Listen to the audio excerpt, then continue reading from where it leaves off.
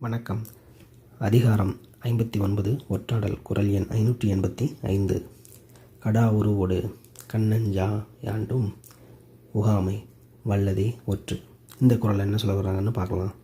கடா அப்படின்னா பிறர் சந்தேகப்படாத உருவோடு வேடத்தோடு, கண்ணஞ்சாது யாரினுடைய பார்வைக்கும் அஞ்சாமல், யாண்டும் எவ்விடத்திலும் எந்த இடத்திலும், உகாமை மனதில் உள்ளவற்றை வெளிப்படுத்தாமல், மனதில் உள்ள ரகசியத்தை வெளிப்படுத்தாமல், வல்லதே வல்லவனே எவன் ஒருவன் இருப்பானோ அப்படிப்பட்ட வல்லவனே ஒற்றன ஆவான் அப்படின்னு சொல்கிறாங்க.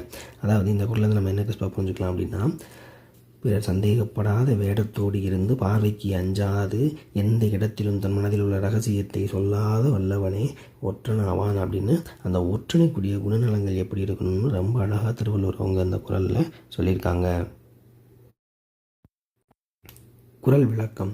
ஐயுற முடியாத உருவத்தோடு பார்த்தவருடைய கண் பார்வைக்கு அஞ்சாமல், அதாவது சந்தேகப்பட்டு சினந்தால் அஞ்சாது நின்று எந்த இடத்திலும் மனதில் உள்ளதை வெளிப்படுத்தாமல் ரகசியத்தை சொல்லாது இருக்க வல்லவனே ஒற்றனாவான். நன்றி. நாளைக்கு அடுத்த குறளில் சந்திக்கலாம்.